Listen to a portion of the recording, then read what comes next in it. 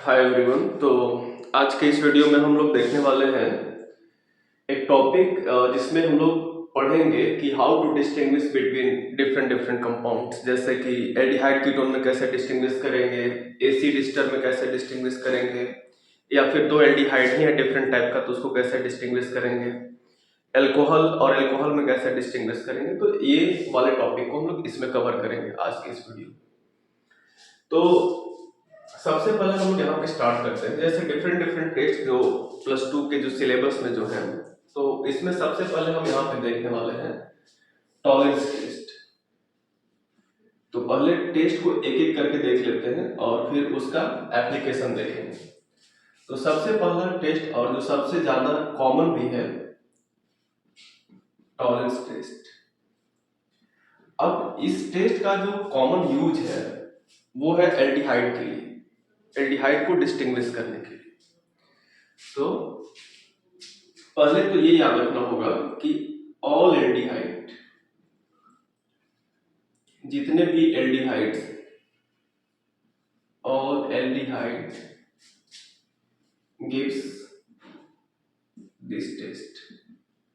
जितने भी एल्डिहाइड होते हैं वो सब के सब इस टेस्ट को देते हैं, चाहे वो कोई भी एल्डिहाइड, चाहे वो, करने का सेंस मेरा है कि यहाँ पे कोई भी एलिफैटिक एल्डिहाइड हो या फिर कोई भी एरोमेटिक एल्डिहाइड हो, अगर वो एल्डिहाइड है उसमें CHO ग्रुप प्रेजेंट है तो वो इस टेस्ट को रिस्पॉन्ड करेगा।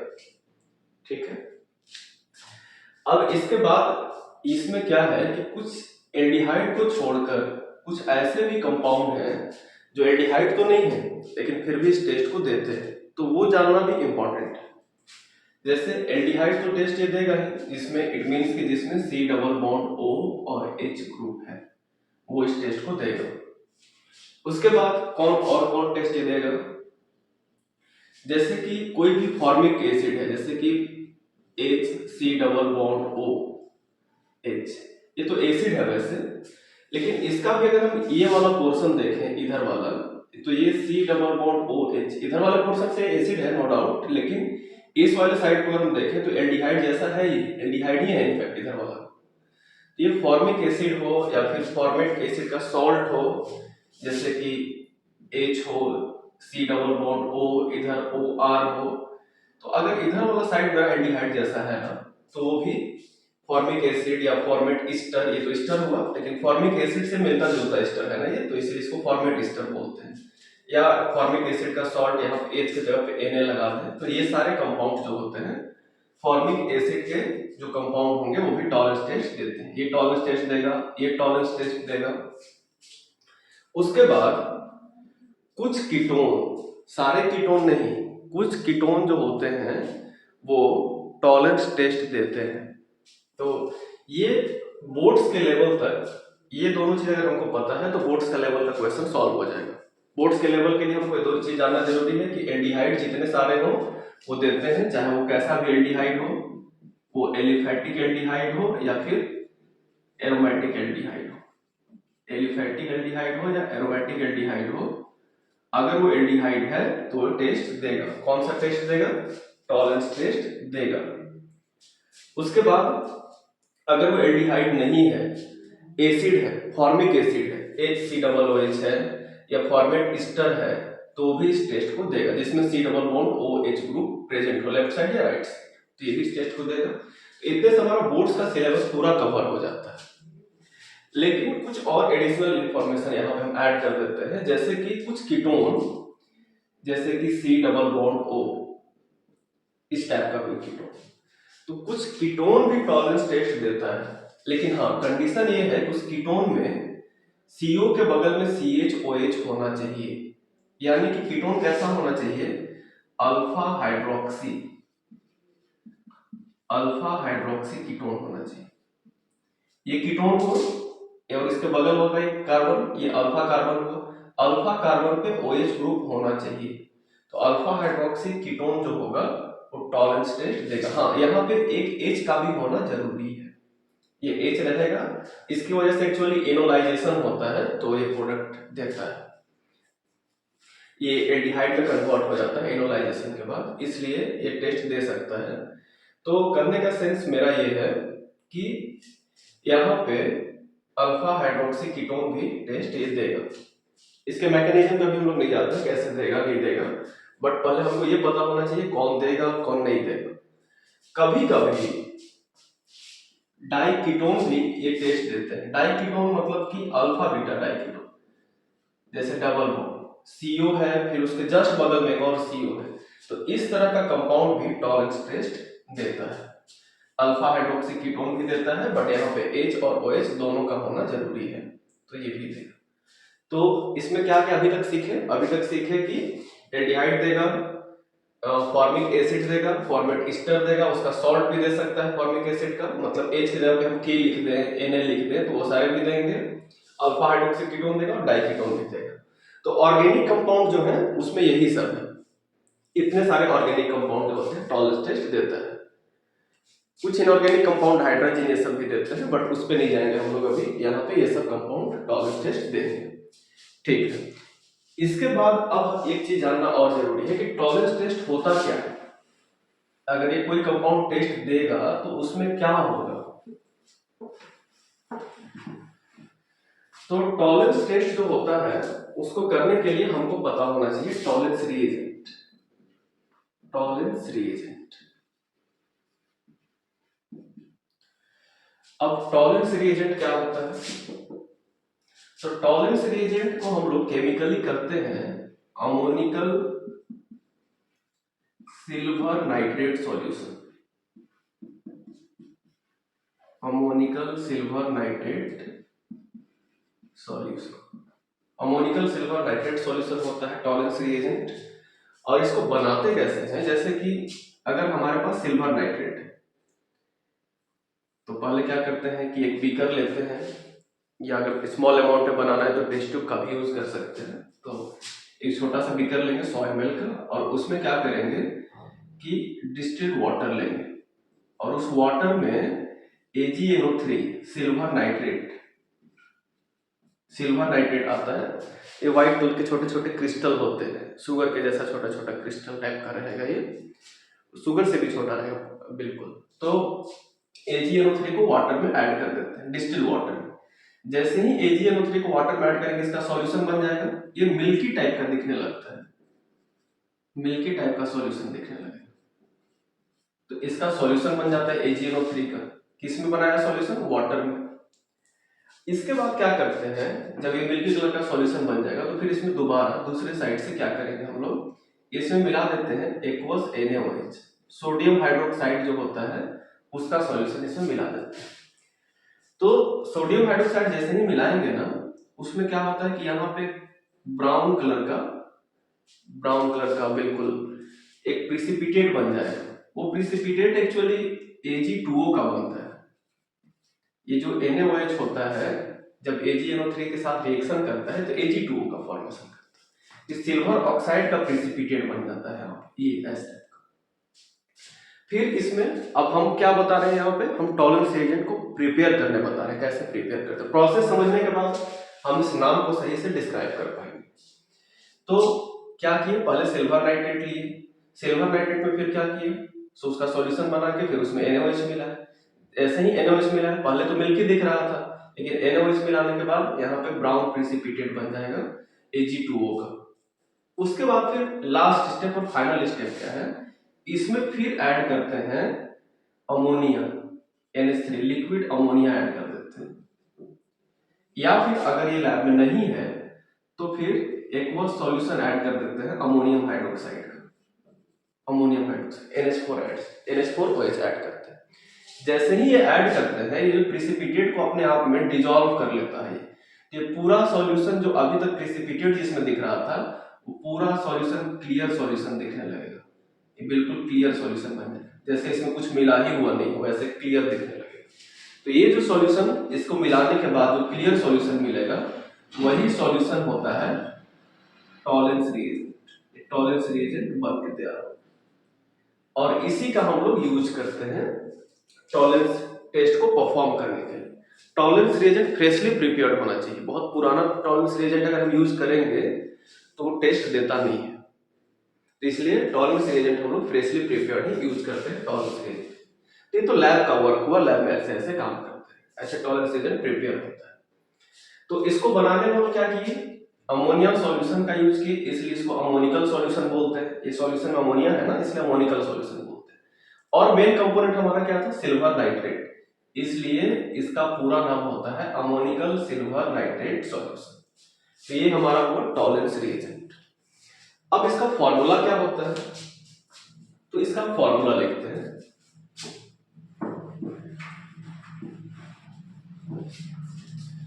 Ammoniacal silver nitrate solution tolerance reagent हो, और इसका फॉर्मूला होता है AgNH3 हॉल्ट वाइज। जो सिल्वर ऑक्साइड एक्चुअली जो बना था, उसमें अमोनिया मिलाने के बाद अमोनिया उस सिल्वर के साथ कॉम्प्लेक्स बना लेता है, इसीलिए वो अमोनिया में घुल जाता है। तो AgNH3 हॉल्ट वाइज इस कॉम्प्लेक्स पे प्लस होता है और बाहर हम लोग लिखते हैं OH माइनस, क्योंकि हम लोग NaOH भी ऐड किए थे ना, तो मीडियम बेसिक होता है। तो टॉलरेंस रिएजेंट जो होता है वो एक बेसिक सॉल्यूशन है, उसका pH 7 से कम होगा। तो ये टॉलरेंस रिएजेंट का ये फॉर्मूला, ये एग्जैक्ट उसका फॉर्मूला होता है। तो हमारा जो ओवरऑल रिएजेंट है वो यही मेरा कंपोनेंट है जो रिएक्शन करेगा। अब इसका अगर IUPAC नाम अगर हम बात करें कि इसका IUPAC नाम अगर कोई पूछ दे कि इसका IUPAC नेम क्या होगा, तो IUPAC नेम क्या होगा इसका, तो इसका IUPAC नेम अगर किसी को लिखना है तो कोऑर्डिनेशन कंपाउंड के हिसाब से लिखना होगा। जैसे ये सेंट्रल मेटल होता है और उसके साथ ये लिगेंड होता है, इसको काउंटर आयन बोलते हैं। इसका IUPAC नेम होगा, दो अमोनिया है, इसको बोलते हैं डाईएमीन। सिल्वर का ऑक्सीडेशन नंबर से फाइंड आउट करने को 1 आएगा, तो डाईएमीन सिल्वर 1 रोमन में लिखेंगे, डाईएमीन सिल्वर 1, और बाहर में OH माइनस है तो उसको हाइड्रोक्साइड बोलते हैं। तो डाईएमीन सिल्वर 1 हाइड्रोक्साइड, ये इसका IUPAC नेम है टॉलरेंस रिएजेंट। और ऐसे कॉमनली इसको हम लोग अमोनिकल सिल्वर नाइट्रेट सॉल्यूशन बोलते हैं। ये इसका फॉर्मूला है, तो ये फॉर्मूला हमको दिमाग में रखना होगा। तो टॉलरेंस रिएजेंट से क्या क्या दिमाग में रखना होगा, एक तो इसका फॉर्मूला, और दूसरा कि मीडियम जो होता है वो बेसिक होता है। ठीक है, एक चीज और ध्यान में रखना है कि टॉलरेंस रिएजेंट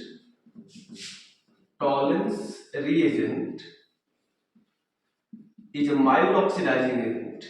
ये माइल्ड ऑक्सीडाइजिंग एजेंट है, मतलब एल्कोहल को ऑक्सीडाइज नहीं कर सकता है, ये कीटोन को ऑक्सीडाइज नहीं कर सकता है ये नॉर्मल सिचुएशन में, बट ये क्या है, ऑक्सीडाइज कर सकता है किसको, एल्डिहाइड को easily. Tollens reagent is a mild oxidising agent. और ये ऑक्सीडाइजिंग एजेंट है तो इसका एक काम भी बता देते हैं। इसका एक काम ये है कि इट ऑक्सीडाइजेस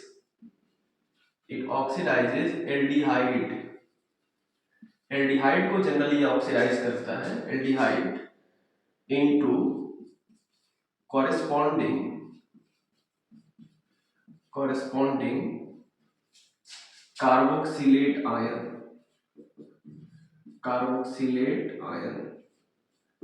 कार्बोक्सिलेट आयन, यानी कि ये CHO को बदल देगा कार्बोक्सिलेट आयन में, COOH में नहीं, C माइनस में, इसमें कन्वर्ट कर देगा।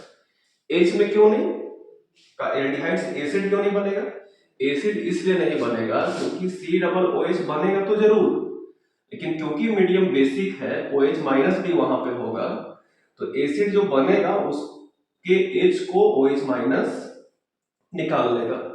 तो उसके H को जब OH माइनस निकाल लेगा तो H निकल जाएगा तो क्या बचेगा, H प्लस निकलेगा तो COO पे माइनस बचेगा। तो कार्बोक्सिलिक एसिड कार्बोक्सिलेट आयन में कन्वर्ट हो जाता है, ऐसा दिखेगा हमको। तो ये बेसिक मीडियम की वजह से हम यहाँ पे H नहीं लिख पाते हैं, क्योंकि उस H को एब्स्ट्रैक्ट कर लेता है ये बेस का OH माइनस। तो इतना चीज तो पता लगा। अब देखते हैं इसका हम लोग रिएक्शन। कभी कभी तो डायरेक्ट रिएक्शन का प्रोडक्ट लिखने के लिए बोर्ड्स में आते हैं, और कुछ हम लोग आइडेंटिफाई करते हैं कि कौन कंपाउंड देगा टॉलरेंस, कौन नहीं देगा। जैसे हमारे पास एक कंपाउंड है CH3CHO, ये कंपाउंड टॉलरेंस देगा कि नहीं देगा, ये टॉलरेंस CHO है तो ऑफ कोर्स देगा। फिर बेंजल्डिहाइड है, बेंजीन रिंग है और CHO है, ये देगा कि नहीं, ये भी देगा, CHO है तो ये भी देगा। फिर ये कंपाउंड HCOOH, यही एक एसिड है, एकमात्र यही एक एसिड है जो टॉलरेंस देता है, फॉर्मिक एसिड। ये बात बहुत इंपॉर्टेंट है, ये याद रखना है। और ये पूछा हुआ भी क्वेश्चन, एक बार बोर्ड्स में भी आया है, ये 2016 में, CBSE 2016 में ये आ चुका है। फॉर्मिक एसिड और एक और कोई कंपाउंड था कि उसको कैसे डिस्टिंग्विश करेगा, दोनों एसिड ही था। तो फॉर्मिक एसिड एक ऐसा एसिड है जो टॉलरेंस देता है, एक यूनिक एसिड है जो टॉलरेंस भी देता है, ये है फॉर्मिक एसिड। अभी देख चुके थे कि इसमें एल्डिहाइड वाला पोर्शन है, CHO है इधर। उसके बाद ये कंपाउंड की अगर हम बात कर लें, जैसे कि हमारे पास है CH3 CHOH C double bond O और ये H, ये तो खैर एल्डिहाइड ही है, टेस्ट पे देगा। लेकिन अगर हम यहाँ पे CH3 करते हैं तभी ये टॉलरेंस देगा, क्योंकि कुछ कीटोन भी टॉलरेंस देते हैं। कौन सा कीटोन? जिसमें अल्फा पे हाइड्रोक्सी हो और CHOH हो एक्चुअली, तो ये भी टॉलरेंस देगा। तो ऐसे हम लोग चेक कर सकते हैं कौन टॉलरेंस देगा और कौन नहीं देगा। डाइकीटोन भी बता चुके हैं। अब अगर कोई कंपाउंड टॉलरेंस देगा तो उसमें रिएक्शन क्या होगा? जैसे कि हमारे पास ये कंपाउंड, फर्स्ट वाले कंपाउंड को ही लिख लेते हैं, CH3CH। टॉलरेंस रीजन इसके ऊपर लिखा हुआ नहीं है, जैसे एग्जाम में क्वेश्चन आया, सपोज कर लेते हैं Ag लिखा हुआ है, NH3 लिखा हुआ है, हॉल्ट वाइज लिखा हुआ है, प्लस लिखा हुआ है और OH माइनस लिखा हुआ है।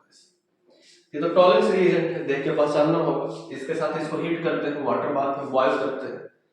तो जब एल्डिहाइड और टॉलरेंस रिएजेंट को मिला के टेस्ट ट्यूब में और वाटर बाथ में हीट करते हैं, तो टेस्ट ट्यूब जो होता है ना, उस टेस्ट ट्यूब के किनारे में जो वॉल होगा, इस वॉल के इनर वॉल पे इधर किनारे किनारे उसका सिल्वर का पार्टिकल जम जाता है, तो यहाँ पे साइन करने लगता है टेस्ट ट्यूब। तो इसीलिए टॉलरेंस टेस्ट का नाम हम लोग सिल्वर मिरर टेस्ट भी देते हैं, सिल्वर मिरर टेस्ट। इसको लोग सिल्वर मिरर टेस्ट भी कहेंगे, क्योंकि सिल्वर क्या होता है, टेस्ट ट्यूब के वॉल पे डिपॉजिट हो जाता है और वो फिर साइन करने लगता है। तो बेसिकली हम लोग सिल्वर मिरर टेस्ट ही देख रहे हैं।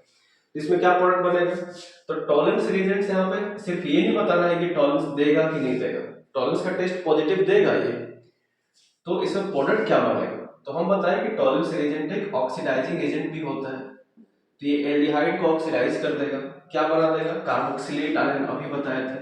तो COOH नहीं लिखना है, COO माइनस लिखना है, तो इसके जगह पे हम COO माइनस लिख दिए। पीछे में क्या बच गया? CH3, उसको चेंज नहीं करना है, जैसे है वैसे ही। तो ये प्रोडक्ट बनेगा हमारा। अगर कंपाउंड ये होता तो बिल्कुल वैसे नहीं लिखते, जैसे कि हमारे पास ये कंपाउंड होता, बेंजल्डिहाइड लिख देते, बिल्कुल उसी चीज को फॉलो करते हैं। हाँ, कोई जरूरी नहीं है कि OH माइनस लिखा ही हुआ है, बहुत बार क्या होता है कि इतना पोर्शन लिख के स्किप कर दिया जाता है, ऐसे लिखा हुआ है, तभी सेम वही चीज है। क्या बनेगा इसके साथ गर्म करने पे?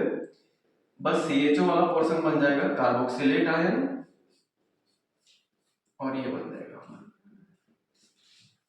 तो ये प्रोडक्ट बनेगा इसमें। अब इसमें एक क्वेश्चन और कर लेते हैं।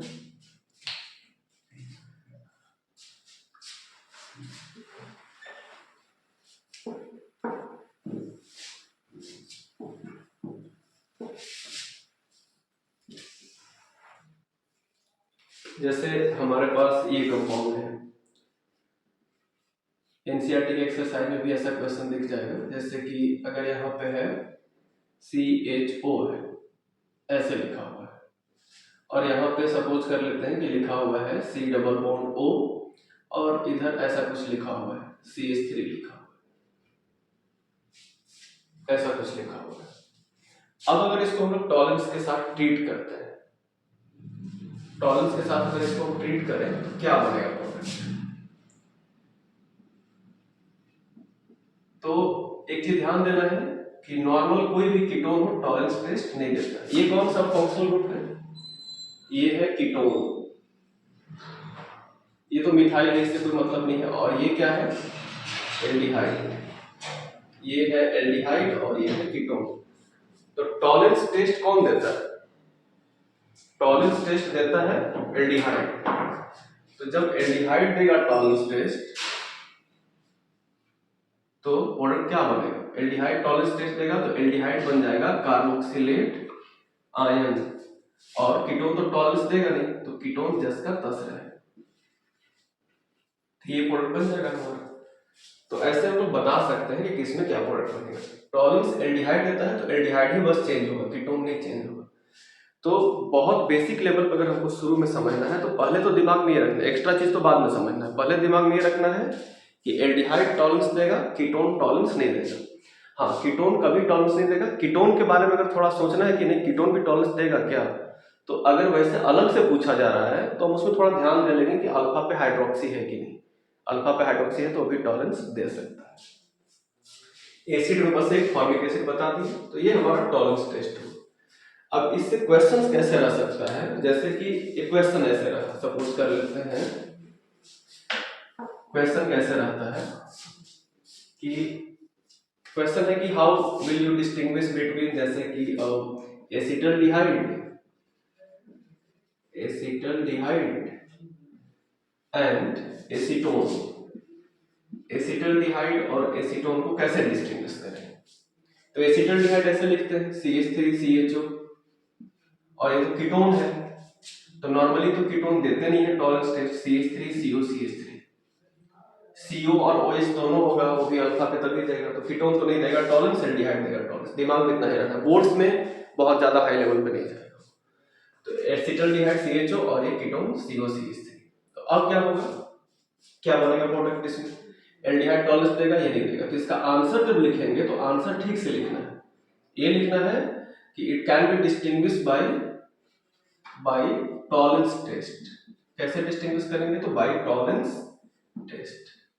फिर ये भी बताना है कौन टॉलरेंस देगा और कौन टॉलरेंस नहीं देगा। तो इसका क्या तरीका है, CH3CHO ऐसे लिखेंगे, उसके बाद यहाँ पे टॉलरेंस रिएजेंट का फॉर्मूला लिख देंगे AgNH3 ऑल ट्वाइस, और ये OH ऐसे लिख देंगे, ऑल ट्वाइस हो गया, यहाँ पे 2 है। अब इसके बाद प्रोडक्ट लिख देंगे, ये तो देगा ना, तो प्रोडक्ट बन जाएगा CH3CH के जगह पे COO-। सिल्वर जो है वो प्रिसिपिटेट बनता है, इसको जरूर लिखना है, क्योंकि टेस्ट कैसे हमको पता चलेगा लैब में, प्रिसिपिटेट बनेगा, टेस्ट ट्यूब पे दिखेगा तभी ना। तो ऐसे बन जाएगा हमारा प्रोडक्ट, तो ये बन जाएगा, और NH3 ये सब अमोनिया गैस बन के निकल जाएगा। तो इस पोर्शन को चाहे तो लिख भी सकते हैं, नहीं भी लिख सकते, OH2 ये सब भी बनेगा। तो मेन पोर्शन मेरा यहाँ से यहाँ तक, इतना तो जरूर लिखना है। एक कार्बोक्सिलेट आयन बनेगा और सिल्वर का प्रिसिपिटेट। इसमें फिर एक और बार दूसरा कंपाउंड भी लिखेंगे, तो जब आंसर कर रहे हैं तो पूरा लिखेंगे, फिर से इसको लिखेंगे, यहाँ पे हिट का साइन जरूर देंगे, AgNH3 होल ट्वाइस, और उसके बाद OH। यहाँ पे मेंशन कर देंगे no PPT of silver is obtained. कोई सिल्वर का प्रिसिपिटेट ऑब्टेन नहीं होगा, और इसमें सिल्वर का प्रिसिपिटेट ऑब्टेन होगा। तो ये पोर्शन स्किप कर सकते हैं हम लोग। तो इसमें सिल्वर का प्रिसिपिटेट ऑब्टेन होगा, इसमें नहीं ऑब्टेन होगा, तो ऐसे डिस्टिंग्विश हो जाएगा। तो आंसर ऐसे लिखना है, ये लिखने का तरीका। अब इसके बाद हम लोग नेक्स्ट टेस्ट देखते हैं, वो भी जनरली हम लोग एल्डिहाइड के लिए ही यूज करते हैं। वो क्या है? Fehling's test. अच्छा, एक बात और यहाँ पे एक चीज और बताना जरूरी है। जब बायोमोलिक्यूल्स चैप्टर हम लोग पढ़ते हैं तो वहां पे ग्लूकोज, फ्रुक्टोज ये सब आता है, मोनोसेकेराइड्स की बात आती है। तो दो तरह का मोनोसेकेराइड होता है, एक होता है अल्डोज कार्बोहाइड्रेट, एक अल्डोज होता है और एक कीटोज होता है। मतलब वैसा कार्बोहाइड्रेट जिसमें एल्डिहाइड है और वैसा कार्बोहाइड्रेट जिसमें कीटोन है। तो जिसमें एल्डिहाइड होता है फंक्शनल ग्रुप, उसको हम लोग क्या बोलते हैं? अल्डोज, और जिसमें कीटोन होता है फंक्शनल ग्रुप, उसको कीटोज बोलते हैं।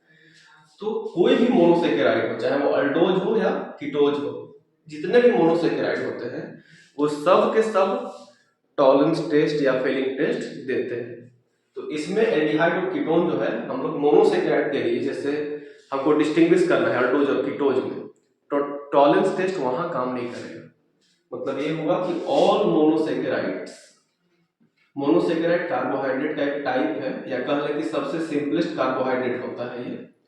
ऑल मोनोसेकेराइड, कुछ भी अल्डोज हो तब भी या कीटोज हो तब भी, मतलब ग्लूकोज हो तब भी और फ्रुक्टोज हो तब भी। ग्लूकोज एल्डिहाइड होता है ग्लूकोज में, और फ्रुक्टोज में कीटोन होता है। तो जितने भी मोनोसेकेराइड होते हैं, all monosaccharides gives Tollens test, और फेलिंग टेस्ट भी देता है, टॉलेंस भी देगा, फेलिंग्स भी देगा। तो ये चीज ध्यान देना है। वैसे यहां से क्वेश्चंस नहीं होंगे, ये बस इंफॉर्मेशन के लिए हम बता दिए। अब इसके बाद क्या है, नेक्स्ट टॉपिक देखते हैं हम लोग, फेलिंग्स टेस्ट। Fehling's test. अब फेलिंग्स टेस्ट से पहले हमको जानना होगा कि फेलिंग्स रिएजेंट क्या होता है। जैसे टॉलेंस टेस्ट में सिल्वर का प्रेसिपिटेट बनता है, इसमें भी एक प्रेसिपिटेट बनता है। तो पहले हम लोग देख लेते हैं फेलिंग्स रिएजेंट क्या होता है। तो फेलिंग्स रिएजेंट जो होता है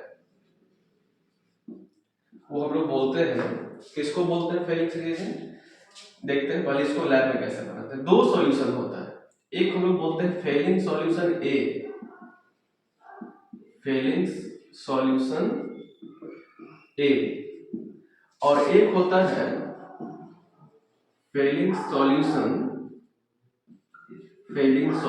बी। तो दो सॉल्यूशन होता है, फेलिंग सॉल्यूशन ए और Fehling solution B. Fehling solution A में क्या होता है, दो लिक्विड होता है, इसमें ब्लू कलर का एक लिक्विड होता है, इसमें होता है एक्वस कॉपर सल्फेट। ये एक्वस कॉपर सल्फेट होता है ना, इसी को हम लोग फेलिंग सॉल्यूशन ए भी करते हैं, और इसका कलर क्या होता है, ब्लू होता है। फिर एक और बोतल होता है, उस बोतल में अलग एक सॉल्यूशन रखा रहता है, उस सॉल्यूशन का नाम है Rochelle salt solution, ROCHLLE, Rochelle salt solution, Rochelle salt solution बोलते हैं उसको। या फिर उसका दूसरा नाम ये भी है, sodium potassium tartrate, sodium potassium tartrate का सॉल्यूशन होता है वो। और ये जो सॉल्यूशन होता है ये कलरलेस होता है। तो फेलिंग्स रिएजेंट को अगर हमको बनाना है तो हमको दो सॉल्यूशन की जरूरत पड़ेगा, एक फेलिंग सॉल्यूशन ए का जरूरत पड़ेगा, एक बी का जरूरत पड़ेगा, दोनों को मिला देंगे तो फेलिंग्स रिएजेंट बन जाएगा। तो अगर हमको फेलिंग टेस्ट करना है तो पहले रिएजेंट बनाना होगा, रिएजेंट बनाने के लिए ए और बी को मिलाएंगे हम। अब ए जो सॉल्यूशन होगा वो ब्लू कलर का होगा, सॉल्यूशन बी जो होगा वो कलरलेस होगा, लेकिन दोनों को जब मिलाएंगे हम तो एक नया सॉल्यूशन बनेगा, वो बनता है डीप ब्लू, वो और ज्यादा ब्लू हो जाएगा। और जो डीप ब्लू सॉल्यूशन बनेगा वही सॉल्यूशन है फेलिंग्स रिएजेंट। कितना मिलाएंगे, तो दोनों को इक्वल वॉल्यूम में मिलाना है, इक्वल वॉल्यूम। अगर मिला रहे हैं दोनों का तो 2 ml मिलाएंगे, दोनों का 1 ml मिलाएंगे, दोनों का 5 ml मिलाएंगे, मतलब इक्वल वॉल्यूम में दोनों को मिक्स करना है। तो डीप ब्लू जो सॉल्यूशन बनेगा वो क्या होता है, फेलिंग्स रिएजेंट। ये सॉल्यूशन दोनों सॉल्यूशन को मिलाएंगे तो हमारा फेलिंग्स रिएजेंट बनकर तैयार होता है। तो ऐसे फेलिंग्स रिएजेंट हम लोग बनाते हैं। अब फेलिंग्स रिएजेंट में जैसे उसमें मेन जो काम था हमारा सिल्वर का काम था। अभी जो देखे हम टॉलेंस रिएजेंट, उसमें मेन कंपोनेंट कौन था, सिल्वर। और सिल्वर जो उसमें किस ऑक्सीडेशन स्टेट में था, 1+1 था उसके ऊपर। तो वही सिल्वर मेन काम करता है, और वही क्या करता है कि एल्डिहाइड को ऑक्सीडाइज करता है और अपने आप को रिड्यूस करके प्रेसिपिटेट बन जाता था। तो वैसे ही जैसे उसमें सिल्वर मेटल मेरे काम का था मेन, वैसे ही इसमें कॉपर मेटल जो है मेन काम का। और कॉपर का ऑक्सीडेशन स्टेट यहाँ पे जो है वो क्या है, +2। तो ये कॉपर 2+ भी जो होता है वो माइल्ड ऑक्सीडाइजिंग एजेंट होता है, जैसे कि टॉलेंस रिएजेंट था। तो देखते हैं फिर इसमें क्या होता है फेलिंग्स टेस्ट में। अब फेलिंग टेस्ट के बारे में एक तो ये चीज याद रखना है कि सारे एल्डिहाइड ये टेस्ट नहीं देते हैं। एल्डिहाइड टॉलेंस में तो कोई नहीं था, टॉलेंस में तो कोई भी एल्डिहाइड रहे टॉलेंस देगा ही देगा। कीटोन होगा तो टॉलेंस नहीं देगा, एल्डिहाइड होगा तो टॉलेंस देगा। और कीटोन में कुछ सिलेक्टेड कीटोन देते हैं, लेकिन इन जनरल कीटोन नहीं देते। और सिलेक्टेड कीटोन में क्या होना चाहिए वो बता चुके हैं, अल्फा हाइड्रोक्सी वाला बात। तो फेलिंग्स टेस्ट कैसे करते हैं, जैसे हम एल्डिहाइड लेंगे, हमको चेक करना है कि एल्डिहाइड है कि नहीं, तो कोई सॉल्यूशन लेंगे, उसमें फेलिंग्स रिएजेंट मिलाएंगे, उसको हीट करेंगे। तो हीट करते हैं ना, तो यहाँ पे ब्रिक रेड कलर का एक प्रेसिपिटेट मिलता है, इसको बोलते हैं Cu2O। फॉर्मूला Cu2O होता है, बोलते हैं इसको क्यूपरस ऑक्साइड। क्यूपरस ऑक्साइड, तो जो कंपाउंड फेलिंग टेस्ट देगा उसमें ब्रिक रेड कलर का क्यूपरस ऑक्साइड बनेगा, और जो टेस्ट नहीं देगा, जिसका टेस्ट नेगेटिव रह जाएगा, वो नहीं बनेगा उसमें प्रिसिपिटेट। तो ये भी एक क्या होता है, टॉलरेंस रिएजेंट के जैसा माइल्ड ऑक्सीडाइजिंग एजेंट। और ये भी टार्टरेट क्यों है उसका नाम, जैसे अगर हमारे पास सल्फ्यूरिक एसिड सॉल्ट है, तो सल्फ्यूरिक एसिड के सॉल्ट को क्या बोलते हैं, सल्फेट। नाइट्रिक एसिड के सॉल्ट को क्या बोलते हैं, नाइट्रेट। वैसे ही टार्टरिक एसिड के सॉल्ट को टार्टरेट बोलते हैं। तो sodium potassium tartrate tartaric acid का एक सॉल्ट है, और एक कॉपर का सॉल्ट यूज करते हैं, कॉपर सल्फेट। तो इसमें क्या फर्क बनेगा, अगर हमारे पास कोई एलिफैटिक एल्डिहाइड है जैसे कि RCH, अब टॉलरेंस रिएजेंट की जगह पे अगर हम फेलिंग्स रिएजेंट का यूज करें, तो फेलिंग्स रिएजेंट में मेरे पास मेन कंपोनेंट कौन है, कॉपर 2+ आयन, इसका एक्वस सॉल्यूशन। तो ये जो कॉपर 2+ आयन है, कॉपर 2+ आयन, ये क्या करेगा, इसको ऑक्सीडाइज करेगा। मीडियम यहाँ भी बेसिक होता है, तो यहाँ भी क्या बनने वाला है, COO - CHO की जगह, और प्लस क्या बन जाएगा, Cu2O का प्रिसिपिटेट, ब्रिक रेड प्रिसिपिटेट बनता है, brick red PPT।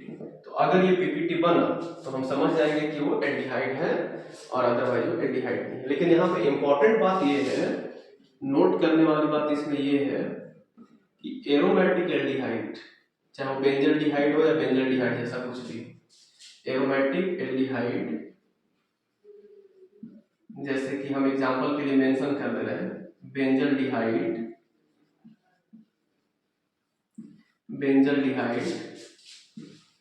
do not give this taste, give this taste, ये वो टेस्ट नहीं देता है, तो बेंजल्डिहाइड टेस्ट नहीं देगा। एक्चुअली वही एल्डिहाइड टेस्ट दे सकता है, जैसे कि बेंजल्डिहाइड है हमारे पास, ये CHO है, तो जिसके अल्फा पे एक हाइड्रोजन होता है ना, वो टेस्ट देता है। तो बेंजल्डिहाइड यही अल्फा है, कैनिचारो रिएक्शन में देखे थे हम लोग, यहाँ पे तो हाइड्रोजन होता नहीं है, तो ये इसके पास 2 बॉन्ड इधर, 1 बॉन्ड इधर, 3 और 1 बॉन्ड इधर, 4, तो ये 4 बॉन्ड इसके पास ऑलरेडी है, तो इसीलिए ये टेस्ट नहीं देता है। तो बेंजल्डिहाइड ये टेस्ट नहीं देता है। जैसे अगर हमारे पास कोई इस तरह का एल्डिहाइड होता, सपोज कर लेते हैं कि इस तरह का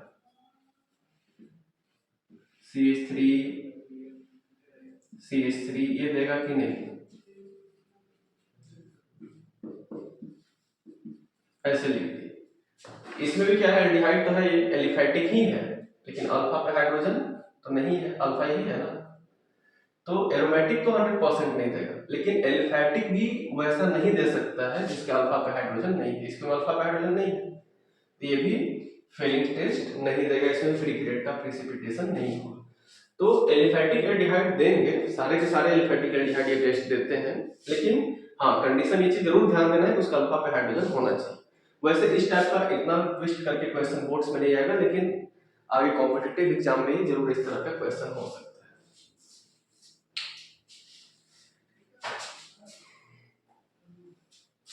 तो अल्फा पे जिसका हाइड्रोजन होगा वैसा एल्डिहाइड ये टेस्ट देगा, लेकिन अगर अल्फा पे नहीं है तो एलिफैटिक भी नहीं देगा। तो ये हुआ फेलिंग टेस्ट। अब इसके बाद देखते हैं कि जैसे अगर हमारे पास कोई क्वेश्चन ऐसे देते CH3 CH2 CH, ये कंपाउंड टॉलरेंस देगा कि नहीं, एल्डिहाइड है तो इसमें सोचना ही नहीं है, एल्डिहाइड में अल्फा पे कुछ भी हो, एल्डिहाइड है तो देगा ही टॉलरेंस। फेलिंग्स भी देगा ये, क्योंकि एलिफैटिक एल्डिहाइड है तो एलिफैटिक देते हैं, एरोमेटिक नहीं देते हैं, और एलिफैटिक में अल्फा पे हाइड्रोजन है, एक होना चाहिए तो है।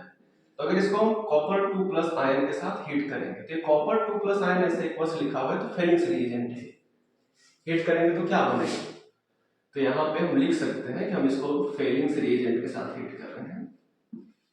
ये नॉर्मल कॉपर 2+ नहीं है, फेलिंग्स रिएजेंट का कॉपर 2+ है, तो क्या बनेगा, CHO के जगह पे लिख देना है COO माइनस, और इधर क्या हो जाएगा CH2, और इधर क्या हो जाएगा CH3, तो ये प्रोडक्ट बनेगा, और साथ में क्या बनेगा Cu2O का प्रिसिपिटेट। अब क्वेश्चन ऐसे रहेगा कि how will you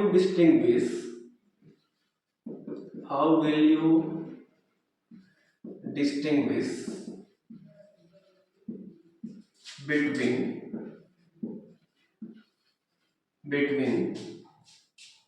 benzaldehyde and acetaldehyde. Benzaldehyde और एसिटल्डिहाइड को कैसे डिस्टिंग्विश करें? तो फिगर ड्रॉ करना ज्यादा बेटर रहेगा। बेंजल्डिहाइड का हम फिगर ड्रॉ कर लेते हैं और ये एसिटल्डिहाइड है CH3CHO। तो दिमाग नहीं लगा, ये तो एरोमेटिक हो गया और ये एलिफेटिक हो गया। तो टॉलेंस तो किसी भी तरह का एल्डिहाइड देता है, तो ये भी देगा ये भी देगा, तो इससे तो डिस्टिंग्विश नहीं होगा। ऐसा टेस्ट यूज करना है जो एक देगा और दूसरा नहीं देगा, तब तो पता चलेगा कौन दे रहा है कौन नहीं दे रहा है। तो अगर हम फेलिंग टेस्ट का यूज करेंगे तो फेलिंग्स एलिफेटिक एरोमेटिक तो नहीं देता है, एरोमेटिक नहीं देगा फेलिंग्स, लेकिन एलिफेटिक देगा। इसका सीधा सा आंसर हो जाएगा। इसका जब हम लोग आंसर करेंगे तो लिखेंगे by Fehling's test. Fehling's test, तो फेलिंग्स टेस्ट का यूज करके हम लोग इसको डिस्टिंग्विश कर सकते हैं। तो फेलिंग टेस्ट का यूज करेंगे तो कौन देगा कौन नहीं देगा ये भी बताना जरूरी है। तो मेंशन कर देंगे कि बेंजल्डिहाइड, इसको हम ऐसे लिख देते हैं C6H5CHO। इसको अगर हम हीट करेंगे Cu2 प्लस के साथ हीट करेंगे, यहाँ पे लिख देते हैं फेलिंग्स रिएजेंट। फेलिंग्स रिएजेंट तो मेंशन कर देंगे यहाँ पे कोई पीपीटी नहीं बनेगा, नो रेड पीपीटी, कोई रेड पीपीटी नहीं बनेगा, no red PPT obtain, actually brick red बोल सकते हैं इसको। लेकिन अगर हम यहाँ पे CH3CHO यूज किए और सेम सिचुएशन दिए यहाँ पे, तो यहाँ पे क्या बनेगा रेड पीपीटी बनेगा। साथ में क्या बनेगा CH3COO माइनस प्लस Cu2O, इसका बनेगा red PPT, brick red PPT. ये टेस्ट देगा, ऐसे हम इसको डिस्टिंग्विश कर सकते हैं। तो इस तरीके से आंसर को लिखना है, क्योंकि यहाँ पे दोनों एल्डिहाइड था तो हमको ऐसा टेस्ट सोचना था जो एलिफेटिक देता हो बट एरोमेटिक नहीं देता हो, तो उसका आंसर सीधे सीधे फेलिंग्स हो जाएगा। तो ये हम लोग दो टेस्ट पढ़ चुके। अब नेक्स्ट टेस्ट देखते हैं हम लोग। अगला टेस्ट है हम लोग का आयोडोफॉर्म टेस्ट, देखते हैं फिर उसको।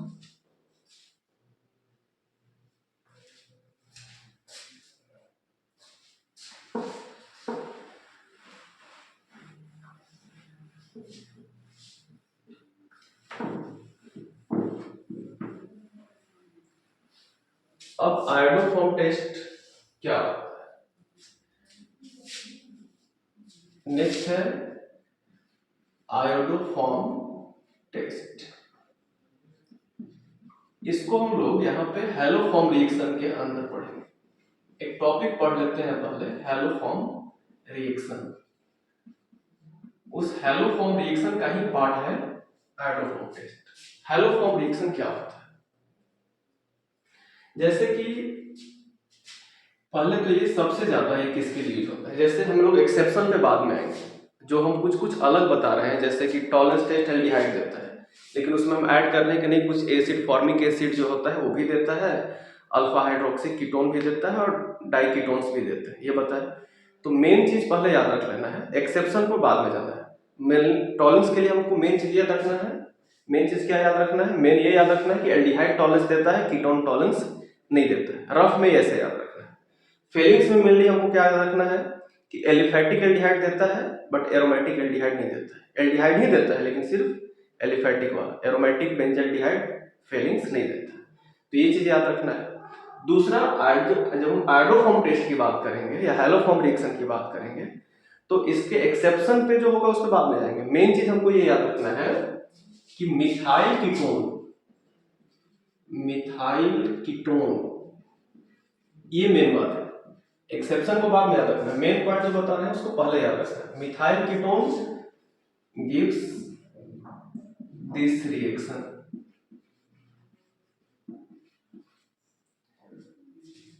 और बोर्ड्स में किसी भी स्टेट बोर्ड हो, सेंट्रल बोर्ड हो, सब बोर्ड्स में क्वेश्चन जो होते हैं मेनली नॉर्मल जो कॉन्सेप्ट होते हैं उसी से होता है। थोड़ा बहुत एक्सेप्शन में एक आध पॉइंट नीचे जा सकता है, बहुत डेप्थ में नहीं जाते हैं लोग। हम बाकी चीजें जो बता रहे हैं उसका आगे यूज होगा क्या है, तो इसको अभी देखना है। Methyl ketone gives this reaction.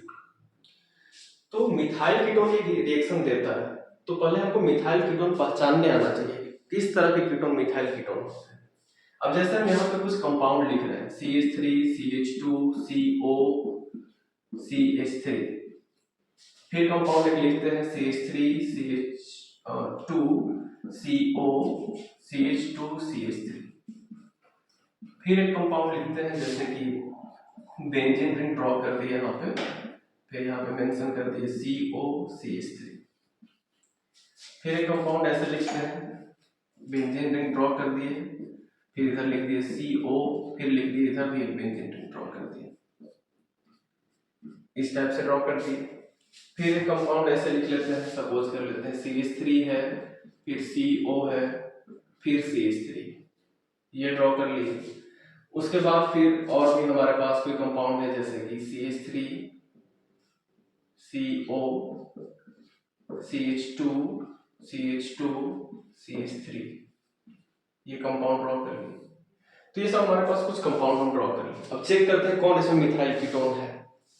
तो मिथाइल कीटोन कैसे पहचानना है ना कि CO को देखना है पहले, CO है कि नहीं, हाँ है।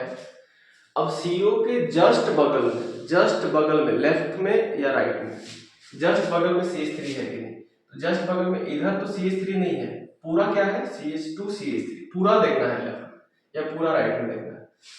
किसी भी एक तरफ बस CH3 होना चाहिए, सिर्फ CH3 होना चाहिए और कुछ नहीं होना चाहिए।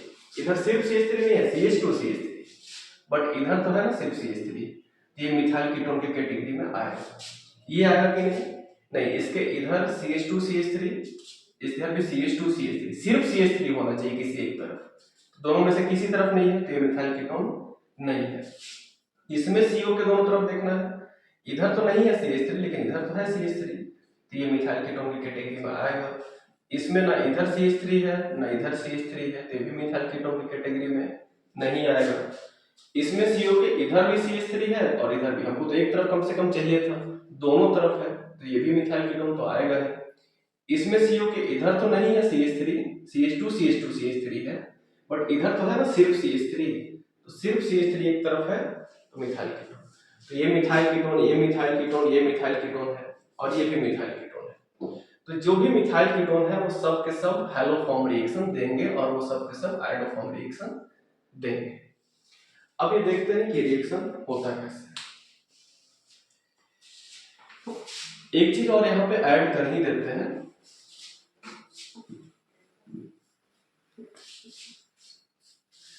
कि अल्कोहल्स, और ये बेसिक ही है, इसको भी याद रखना चाहिए कि अल्कोहल्स हैविंग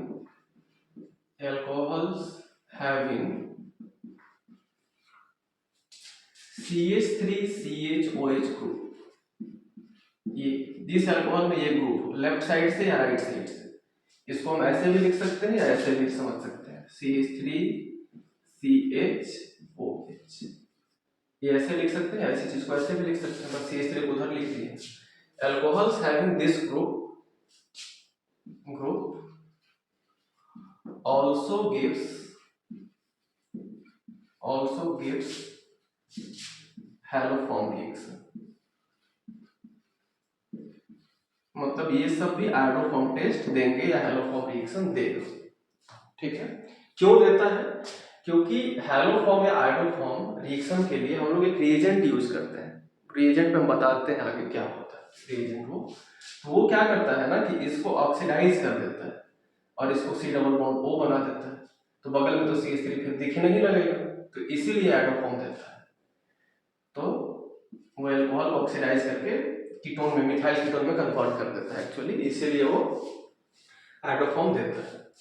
ठीक है, अब जैसे हम इसका भी देख लेते हैं कौन कौन, जैसे हमारे पास अगर ये अल्कोहल है CH3 है, CH2 है, फिर CH है, फिर उसके बाद है ये OH है और ये CH3, तो ये आयोडोफॉर्म देगा कि नहीं, देगा, बिल्कुल देगा, क्योंकि CH3 है और उसके बगल में CHOH है, तो ये वाला पोर्शन तो मैच कर रहा है ना, आयोडोफॉर्म देगा। ये देगा कि नहीं, CH3 CH2 CHOH CH2 CH3, नहीं, ये नहीं देगा, क्योंकि CHOH तो है लेकिन उसके बगल में CH2 है, CH3 होना चाहिए था, तो ये एडोफॉर्म नहीं देगा, ये देगा। अच्छा ये कंपाउंड देगा कि नहीं, CH3CH2OH नहीं देगा, नहीं ये कंपाउंड देगा।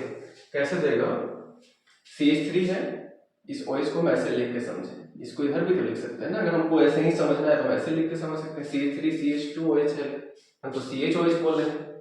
तो हम ये कब बोले कि यहाँ पे क्या होना चाहिए, यहाँ पे H कार्बन कुछ भी हो सकता है, इसको ऐसे भी तो समझ सकते हैं ना, इस H एक H को ऐसे लिख देते हैं CH2OH, CH2 को एक H अलग कर दिया, ये पोर्शन मैच तो कर रहा है ना, CH3CHOH। तो ये कंपाउंड एडोफॉर्म देगा। इसका मतलब ये हुआ है, बहुत इंपॉर्टेंट एल्कोहल है, ये है CH3CH2OH, यही चीज को लिखे थे हम। और इस एल्कोहल का नाम क्या है, इथेनॉल, इथेनॉल है। तो इथेनॉल भी एडोफॉर्म देता है, इथेनॉल गिव्स एडोफॉर्म टेस्ट, इसको डायरेक्टली याद कर लेना ही बेटर है। इथेनॉल एडोफॉर्म देता है, ethanol gives iodoform test, ethanol iodoform test देता है।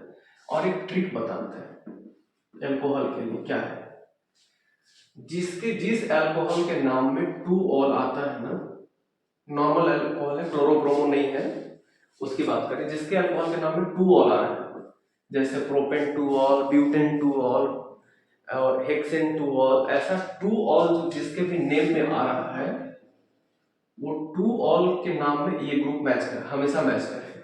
जिसके भी नेम में 2 ऑल आ रहा है, नाम लिख के हम देख सकते हैं उसका, वो हमेशा एडोफॉर्म टेस्ट देगा। इथेनॉल तो देगा ही, लेकिन इसके अलावा बाकी की हम बात कर रहे हैं, जैसे प्रोपेन 1 ऑल, प्रोपेन 2 ऑल, तो प्रोपेन 1 ऑल नहीं देगा, लेकिन प्रोपेन 2 ऑल एडोफॉर्म जरूर देगा। तो ऐसे 2 ऑल से हम लोग पता कर सकते हैं कि कौन एडोफॉर्म देगा, तो एक तरीका है।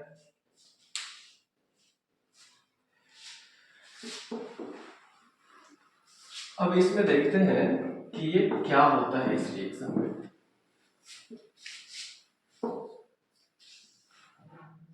एडोफॉर्म रिएक्शन का रिएजेंट क्या होता है। अब एडोफॉर्म रिएक्शन का जो इसका जो रिएजेंट होता है, एडोफॉर्म रिएक्शन का रिएजेंट, उसको बोलते हैं सोडियम हाइपो आयोडाइड, उसको सोडियम हाइपो आयोडाइड बोलते हैं। आयोडाइड है ये, Te है, और इसका फॉर्मूला होता है NaOI। बनता कैसे है ये बनता है NaOH और I2 को मिलाने से बनता है। NaOH और I2 को मिलाते हैं तो ये बनता है। तो एरो के ऊपर मतलब रिएक्शन कराते टाइम क्वेश्चन में NaOI भी लिखा रह सकता है, या फिर NaOH और I2 ये भी लिखा रह सकता है। तो कोई जरूरी नहीं है कि NaOI ही लिखा है, बट NaOH प्लस I2 भी लिखा जा सकता है। तो ये है रिएजेंट, मतलब अगर हमको I2 टेस्ट परफॉर्म करना है तो NaOI मिलाना होगा, मीन्स कि हमको NaOH और I2 मिक्स करके उसमें मिला देना होगा उस मिथाइल कीटोन में।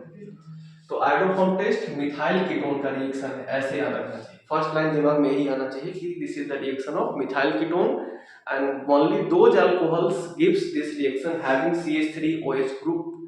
Ethanol also belongs to this category, that's why ethanol also gives iodoform taste. And all alcohols, a simple trick is that all alcohols whose name end with the 2-ol, propane 2-ol, butane 2-ol, pentane 2-ol, hexane 2-ol, all those alcohols also gives iodoform taste. तो अब देखते हैं कि iodoform test जब होगा तो उसमें reaction क्या होगा, प्रोडक्ट क्या बनेगा।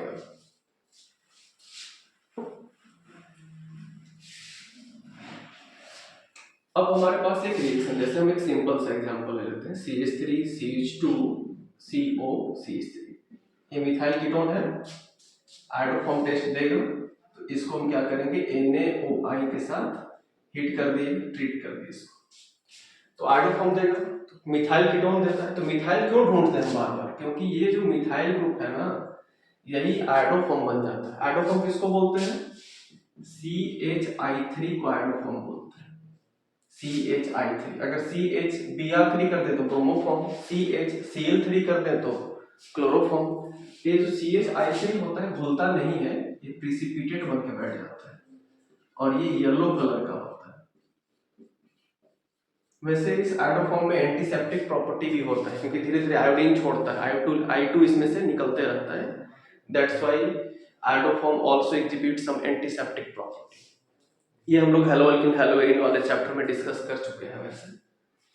तो ये क्या हुआ, आयोडोफॉर्म बन गया। ये जो मिथाइल ग्रुप है ना, CO के बगल वाला, ये वाला CH3 नहीं, CO के जस्ट बगल वाला CH3 आयोडोफॉर्म बन जाता है। अब बच गया क्या, ये वाला 3 कार्बन, मतलब हमारे पास क्या बचा, CH3 बचा, CH2 बचा। तो ये जो कार्बोनिल कार्बन है जिसके बगल का CH3 आयोडोफॉर्म बना, वही कार्बोनिल कार्बोक्सिलेट आयन बन जाता है, COO- बन जाता है। और यहाँ पे क्योंकि सोडियम हम लोग यूज करते हैं तो हम चाहे तो यहाँ पे सोडियम ऐसे लिख सकते हैं।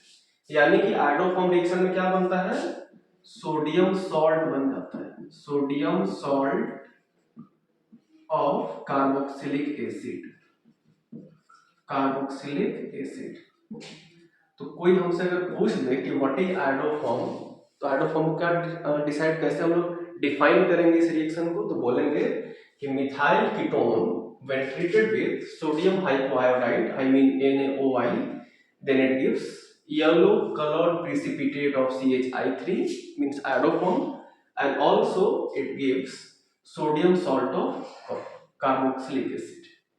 तो sodium salt of carboxylic acid मिलेगा। लेकिन इस एसिड में एक कार्बन कम होगा, इसमें कितना कार्बन है, 1 2 3 4, एक कार्बन कम होगा क्योंकि एक कार्बन तो आयोडोफॉर्म बन जाता है, ठीक है। तो अगर हमारे पास ये कंपाउंड होता CH3CO CH3 तो क्या बनता प्रोडक्ट, यहाँ पे हम NaOI लिख देते हैं, या फिर कोई जरूरी नहीं है, NaOH प्लस I2 भी तो लिखा जा सकता है, ये लिख दी, क्या बनेगा प्रोडक्ट, इसे प्रोडक्ट गेस करो फिर हम बताते हैं क्या बनेगा। इसका प्रोडक्ट क्या बनेगा, इसमें तो CO के दोनों तरफ CH3 है, तो दोनों तरफ अगर है भी तब भी एक ही तरफ का CH3 यूज करना है, या तो इधर या तो इधर। तो एक CH3 क्या बनेगा, CHI3, दोनों नहीं, प्लस बच क्या गया, 2 कार्बन, एक CH3 और एक CO क्या बन जाएगा, COO-, या तो COO- लिख के छोड़ सकते हैं, या फिर सोडियम है तो यहाँ पे लिख देते हैं COO- Na+, ये प्रोडक्ट बन जाएगा। तो यहाँ पे मार्क करना जरूरी है, ये है येलो पीपीटी, येलो प्रेसिपिटेट बन जाए, तो ये कंपाउंड बनेगा हमारा। तो ऐसे हम लोग गेस करते हैं प्रोडक्ट क्या बनेगा, ठीक है।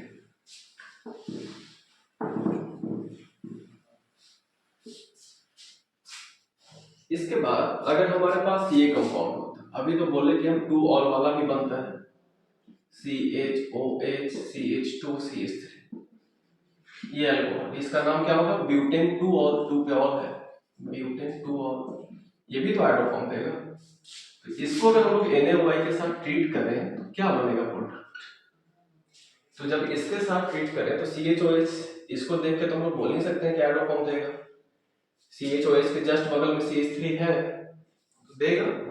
तो जस्ट जो बगल में CH3 है ना, यही CH3, CHOH के बगल वाला CH3, ये जो CH3 है CHOH के बगल वाला, यही क्या बनता है, आयोडोफॉर्म। इसको मैं ऐसे समझ सकते हैं कि अगर इसको ऑक्सीडाइज करेंगे तो क्या बनेगा, अल्कोहल है ना, ये सेकेंडरी अल्कोहल, CHOH सेकेंडरी है, ऑक्सीडाइज करते हैं तो क्या बनता है, OH के जगह पे लिख देना है C+O, फिर CH2 CH3।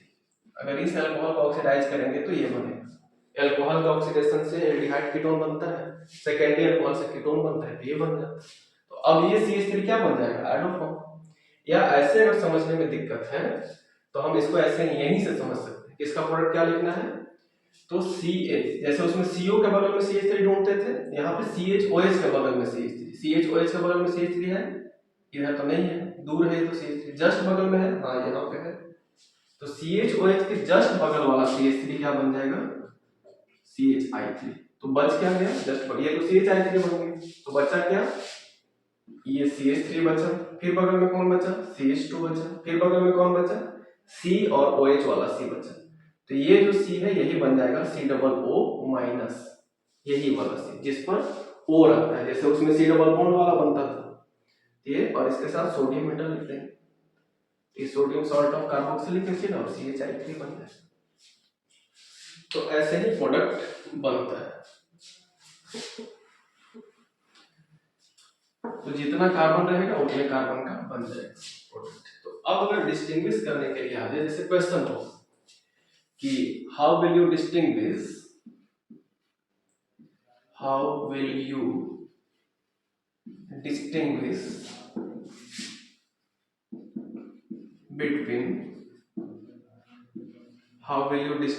between acetophenone and benzophenone. तो स्ट्रक्चर तो पहले ड्रॉ करने आना चाहिए, ये याद नहीं रहेगा तो कैसे सॉल्व करेंगे क्वेश्चन को। तो इसका क्या आंसर हो, खुद से सोचो इसको, फिर हम बताते हैं।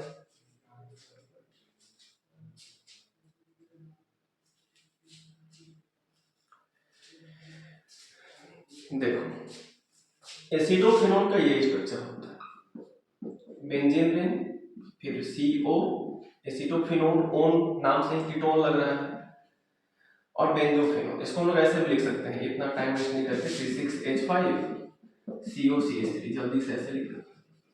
और बेंजोफिनोन ऐसे लिखा जाता है C6H5COCH3, सॉरी CH3 नहीं तो सेम ही हो जाएगा, C6H5, दोनों तरफ C6H5, बीच में C। मतलब इसको हम लोग ने ड्रॉ किए थे अभी, ये ऐसे इधर CO और इधर फिर से C6H5 ऐसे, यही है बेंजोफिनोन और ये है एसिटोफिनोन। इसको हम लोग ऐसे ड्रॉ कर दिए। इसमें क्या है कि CO के बगल में CH3 है, जैसे अगर दोनों एल्डिहाइड हो, जैसे कॉमन सा आंसर बताते हैं, ट्रिक है क्या कि दोनों एल्डिहाइड हो तो उसका आंसर फेलिंग टेस्ट ही होगा। अगर दोनों एल्डिहाइड, नाम से लग रहा है कि दोनों एल्डिहाइड ही है, तो उसका आंसर फेलिंग टेस्ट होगा। फिर सोचना होगा कि कौन फेलिंग्स देगा कौन नहीं देगा। तो जो एरोमेटिक होगा वो नहीं देगा और जो एलिफेटिक होगा वो फेलिंग्स देगा। तो दोनों एल्डिहाइड हो तो उस क्वेश्चन का आंसर फेलिंग्स होता है। वैसे ही अगर दोनों कीटोन ही नाम दे दिया, नाम से ओन ओन दोनों लग रहा है, तो उसका आंसर 100% आयोडोफॉर्म टेस्ट होगा। अब ये सोचना है कि कौन आयोडोफॉर्म देगा कौन नहीं देगा। तो जिसके बगल में CH3 है वो देगा, बेंजोफिनोन तो नहीं देगा, तो ये आयोडोफॉर्म नहीं देगा, ये आयोडोफॉर्म देगा। इस क्वेश्चन का आंसर क्या हो जाएगा, आयोडोफॉर्म टेस्ट। लेकिन इसको लिखना ऐसे है, आंसर लिखने बताते हैं कैसे लिखा जाता है। CBSE के मार्किंग स्कीम में भी ऐसे ही आंसर लिखा जाता है, लिखा रहता है वैसे ही, जैसे लिखा रहता है वैसे लिखने पे फुल मार्क्स मिलते हैं। अब इसमें क्या है कि अगर हमारे पास है C6H5COCH3, हमको पता है इसका आंसर लिख देंगे पहले कि bye iodoform test,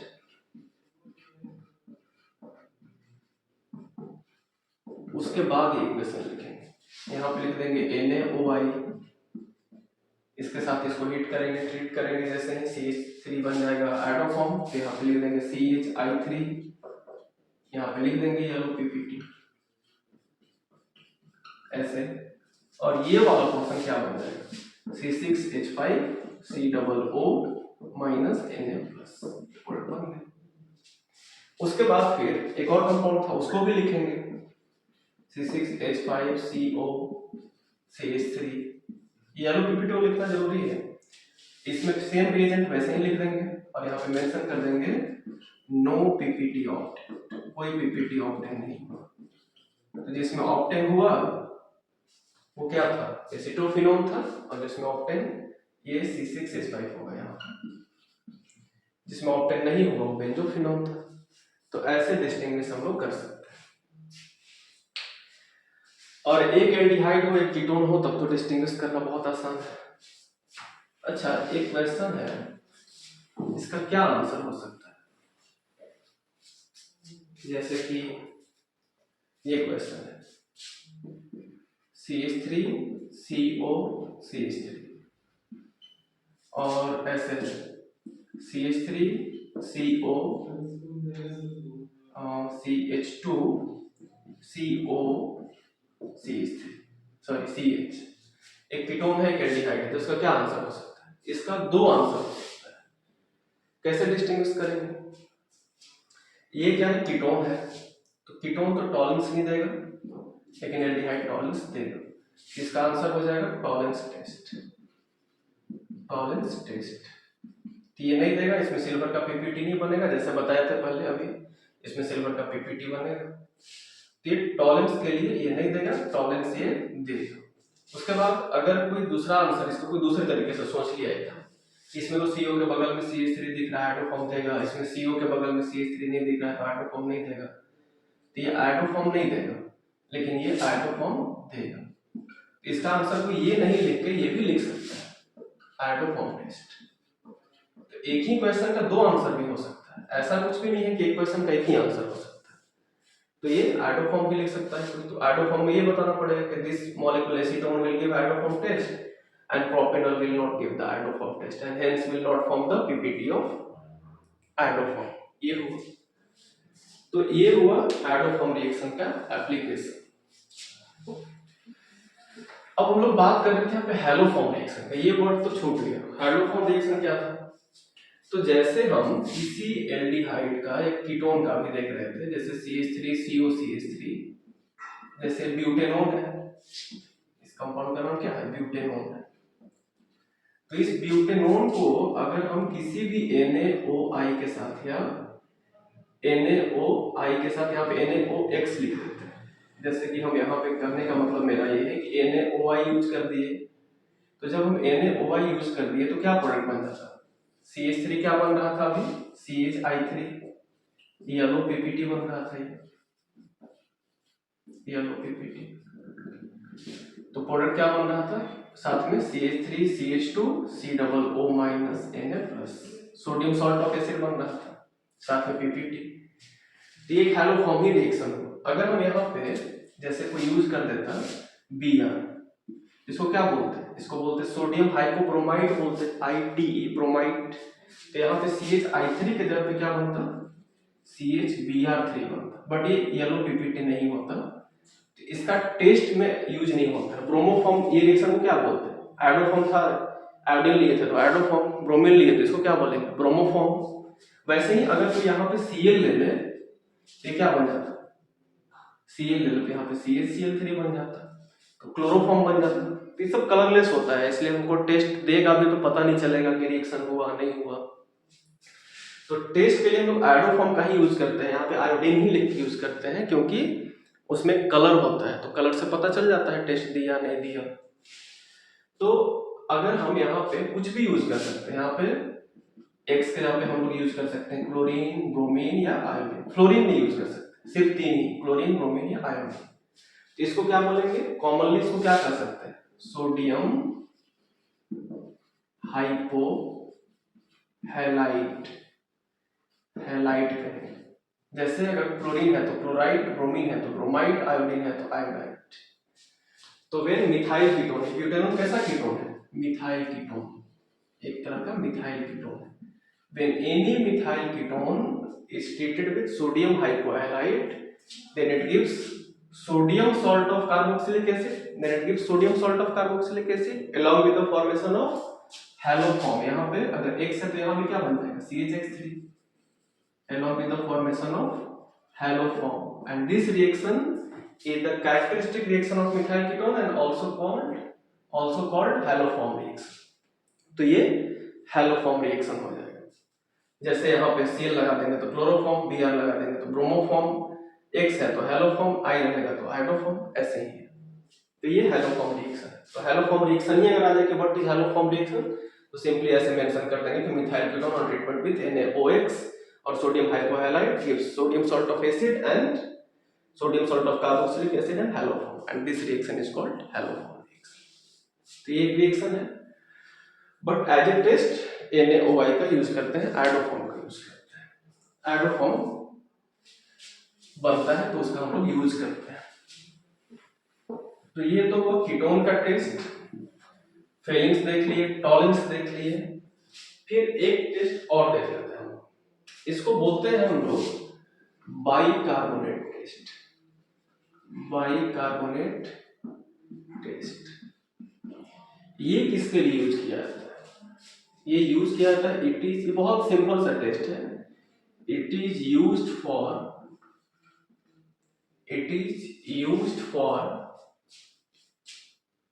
carboxylic acid. Organic chemistry में इसको लोग कार्बोक्सिलिक एसिड के लिए यूज करते हैं, कार्बोक्सिलिक एसिड। इसमें होता क्या है? कि जब कोई कार्बोक्सिलिक एसिड है, उस कार्बोक्सिलिक एसिड में सोडियम कार्बोनेट या सोडियम बाइकार्बोनेट का सॉल्यूशन मिक्स करते हैं, या पाउडर फॉर्म में भी मिक्स कर सकते हैं, बट सॉल्यूशन से रिजल्ट बेटर दिखता है। तो जब सोडियम कार्बोनेट यूज करते हैं, या फिर बाइकार्बोनेट टेस्ट या कार्बोनेट टेस्ट भी कर सकते हैं, क्योंकि हम लोग कार्बोनेट भी यूज कर सकते हैं, NaHCO3 यूज करते हैं या फिर Na2CO3 यूज करते हैं, तो वहां पे क्या क्या प्रोडक्ट मिलता है? सोडियम सॉल्ट मिलता है, यहाँ भी sodium salt of carboxylic acid. तो ये थोड़ी दिखेगा, ये थोड़ी पता चलेगा कि इससे टेस्ट हो। तो कैसे टेस्ट में तो कुछ दिखना चाहिए, कुछ पता चलना चाहिए, कुछ स्मेल आना चाहिए, कुछ कलर आना चाहिए, ये तो दिखेगा ही नहीं। तो ये नहीं दिखेगा। साथ में वाटर बनता है, वाटर भी नहीं दिखेगा, लेकिन साथ में CO2 बनता है और बहुत तेजी से निकलता है टेस्ट ट्यूब से, तो वहां पे इफरवेसेंस होता है। इफरवेसेंस मीन जैसे कोल्ड ड्रिंक के बोतल को सेक करके जब ओपन करते हैं तो कैसे फिजिंग होता है, सारे बबल्स एक साथ बाहर आने लगते हैं, तो वैसे ही जब हम लोग सोडियम कार्बोनेट के सॉल्यूशन को एसिड में मिलाते हैं तो उसी टाइप से फिजिंग होता है। तो जब CO2 निकलने लगे, हम कार्बोनेट मिलाए किसी टेस्ट ट्यूब में, हमको नहीं पता है कि इस टेस्ट ट्यूब में क्या रखा हुआ है। अब इस टेस्ट ट्यूब में कुछ रखा हुआ है, हमको बस ये चेक करना है कि कार्बोक्सिलिक एसिड है कि नहीं। तो इसमें जैसे ही हम लोग पॉर करेंगे NaHCO3 या Na2CO3 का सॉल्यूशन, तो वैसे ही इसमें सडन बहुत सारा बबल्स बनने लगेगा और ये बबल्स एक साथ बाहर आएगा। तो अगर ऐसे एक साथ पूरा CO2 बाहर आने लगे, ऐसे कुछ सॉल्यूशन भी बाहर आ सकता है। तो ऐसा अगर फ्रीजिंग होने लगे तो समझ जाएंगे कि उसमें CO2 निकल रहा है, मीन्स कि वो एसिड है। और अगर फ्रीजिंग नहीं हुआ तो फिर एसिड नहीं है, कुछ और होगा, एल्कोहल होगा या फिर ईस्टर होगा, ऐसा कुछ होगा। तो ये फिर कार्बोनेट का ये टेस्ट हो गया ऐसे। तो ये कार्बोनेट टेस्ट इसको बोलते हैं। इसका यूज कैसे करते हैं? जैसे क्वेश्चन इससे कैसे आ सकता है? क्वेश्चन इससे ऐसे रहता है,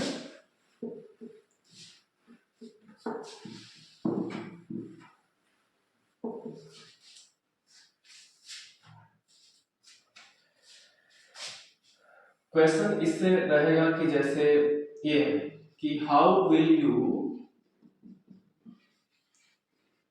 distinguish between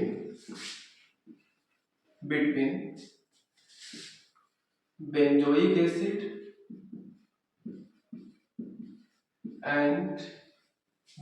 acid and sodium benzoate, या सॉरी ethyl benzoate। तो जिस कंपाउंड का नाम अल्काइल ग्रुप से स्टार्ट हो, जैसे methyl, ethyl, propyl, butyl, tertiary butyl, isopropyl, मतलब अल्काइल ग्रुप के नाम से स्टार्ट हो रहा है और लास्ट में AT लग रहा है, मतलब अल्काइल अल्केनोएट टाइप का नाम है, अल्काइल अल्केनोएट इस टाइप का नाम है। तो इस टाइप का जो नाम होता है वो ईस्टर का नाम होता है, ईस्टर ही ऐसे लिखा जाता है। तो ये ईस्टर है।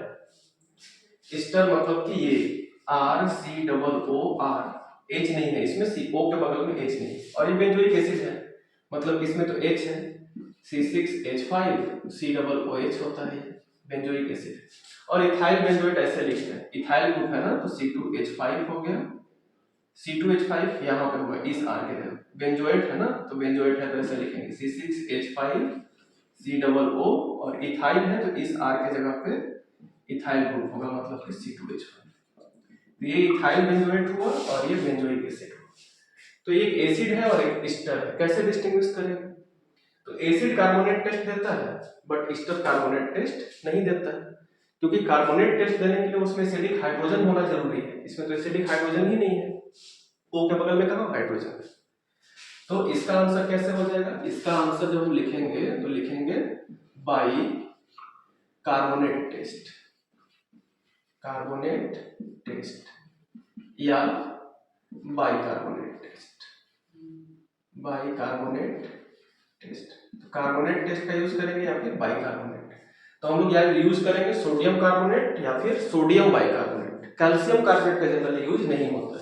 ऐसा नहीं सोचना कि कोई भी कार्बोनेट यूज कर लेंगे, सोडियम कार्बोनेट या सोडियम बाइकार्बोनेट ही कॉमनली यूज होता है।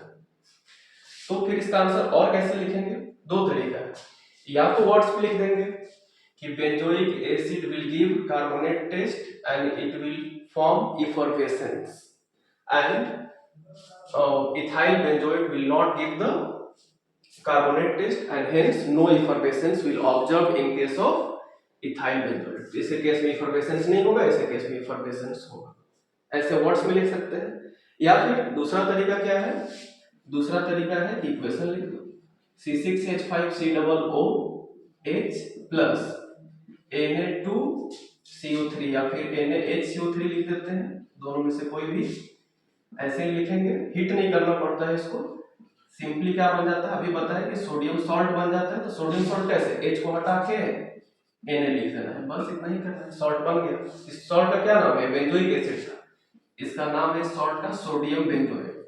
वैसे सोडियम बेंजोएट एक इंपॉर्टेंट सॉल्ट है, ऐसे ही जानकारी के लिए हम ऐड कर दे रहे हैं यहाँ पे, ये एक इंपॉर्टेंट सॉल्ट है, ये फूड प्रिजर्वेटिव में इसका यूज होता है, फूड को प्रिजर्व करने के लिए, तो ये इंपॉर्टेंट सॉल्ट है सोडियम बेंजोएट। और साथ में क्या बनता है, CO2, यानी इसमें इफरवेसेंस होगा, और H2, तो इस केस में इफरवेसेंस होगा CO2 के निकलने की वजह से। लेकिन अगर हमारे पास इथाइल बेंजोएट रहेगा C6H5COOC2H5, इसमें हम मिलाएंगे NaHSO3, एरो को ऊपर भी लिख सकते हैं, तो यहाँ पे लिख देंगे नो इफरवेसेंस, तो कोई इफरवेसेंस नहीं हुआ, इसका मतलब ये हुआ कि इसमें ये एसिड नहीं है और ये एसिड है, तो ऐसे हम लोग एसिड और एस्टर को डिस्टिंग्विश कर सकते हैं, तो ये एक तरीका होगा, या फिर वर्ड्स में भी लिख सकते हैं। अच्छा, एक क्वेश्चन और है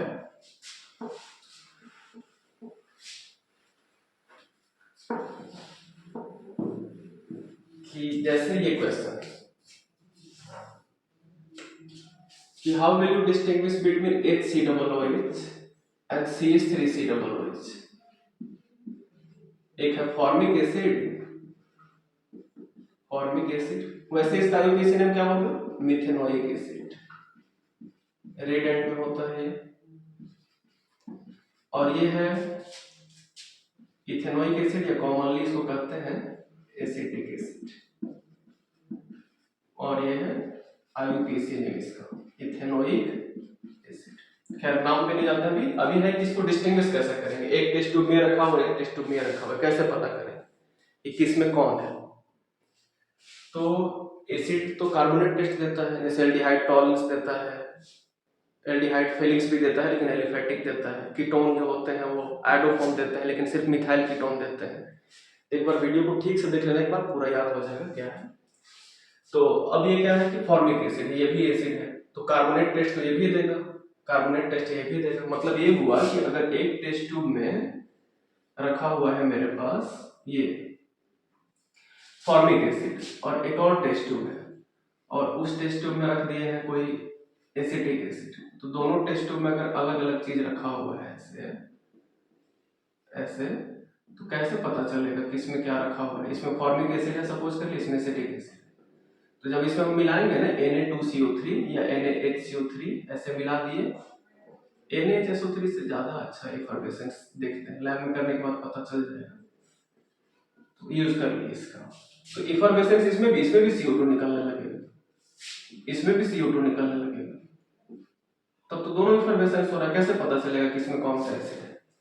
तो कोई ऐसा टेस्ट जो एक देता हो एक नहीं देता हो, तो हम बताए थे इसी वीडियो में, पीछे बताया, शुरू में ही बताए थे कि फॉर्मिक एसिड एक ऐसा एसिड है जो टॉलरेंस भी देता है, यही ना है C⋅OH और ये H, तो इस साइड से इसमें एल्डिहाइड जैसा भी तो है, तो कुछ एल्डिहाइड वाला प्रॉपर्टी भी तो है इसमें, तो ये जो होता है एल्डिहाइड जैसा बिहेव कर सकता है, और एल्डिहाइड का टेस्ट ये देता है, जो टेस्ट एल्डिहाइड देता है फॉर्मिक एसिड भी देता है, लेकिन ये तो एल्डिहाइड जैसा नहीं है, C3CO, CO के बगल में H नहीं है, OH है, तो ये तो टॉलरेंस नहीं देगा। तो इस क्वेश्चन का आंसर, बहुत इंपॉर्टेंट क्वेश्चन है, इसका आंसर क्या होगा, by Tollens test, Tollens test, Tollens test इसको हम लोग डिस्टिंग्विश कर सकते हैं।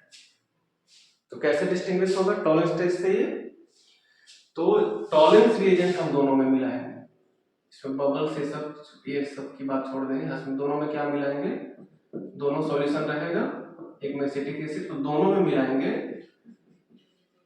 टॉलेंस रिएजेंट, इसमें भी और इसमें भी मिलाएंगे टॉलेंस रिएजेंट, दोनों में टॉलेंस रिएजेंट मिला के और इसको हीट करेंगे वाटर बाथ में, इसको भी हीट करेंगे और इसको भी हीट करेंगे वाटर बाथ में।